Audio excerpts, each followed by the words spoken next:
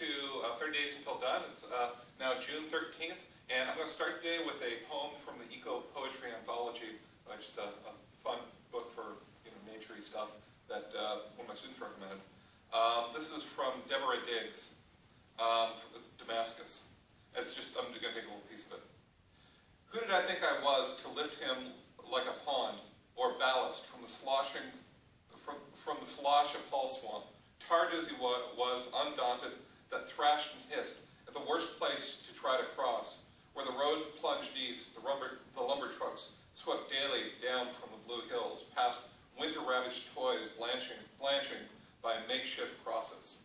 Okay, so what this is it's a poem, at least that part of the poem, is about the world intruding into, or civilization intruding into the natural world. And that's what our lesson's going to be about today. It's how the natural world is coming into, is being intruded upon by civilization. Now that's going to happen in any number of ways. It doesn't have to be a bad thing necessarily. It could be, this is the time that I went out and found some place that nobody really had ever seen before, that thing. Or it could be, you go back to your youth, and it's like you were, at that time you explored the park, and like none of your friends had done that before, and obviously this is a very tame place, but it was that moment for you.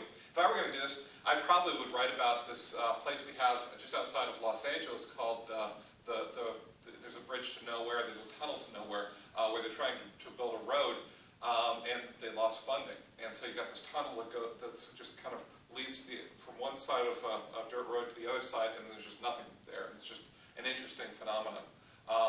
But you could write about environmental disaster, you could write about anything you want, it's great. I saw a great Survivor Man episode where he's on just an island, and it's a deserted island, nobody's ever lived there. On the beach there's all sorts of trash, just because that's the way the ocean is now. So anyway we want to approach that's great. We're gonna use the prose poem today. Prose poem is a poem that is written like prose. It doesn't have the line breaks. It just kind of sweeps on. And what you're really working for with the prose poem is the poetic sentence, right? So that each sentence really says something in a musical sort of way. Use any sort of music device you want to try. Our poems today are going to be in conversation with our poem tomorrow. So this is the first part. And we're going to keep on with this prose poem.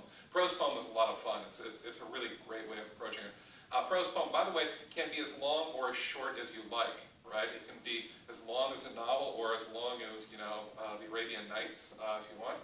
It can be as short as 4 or 5 words if you want. But whatever works for the prose poem, that's fine. That's great. The only restriction is there aren't any line breaks. We're going to see how that affects our work. The place to send it to today is the Concho River Review, which likes environmental poetry, right? It likes nature stuff.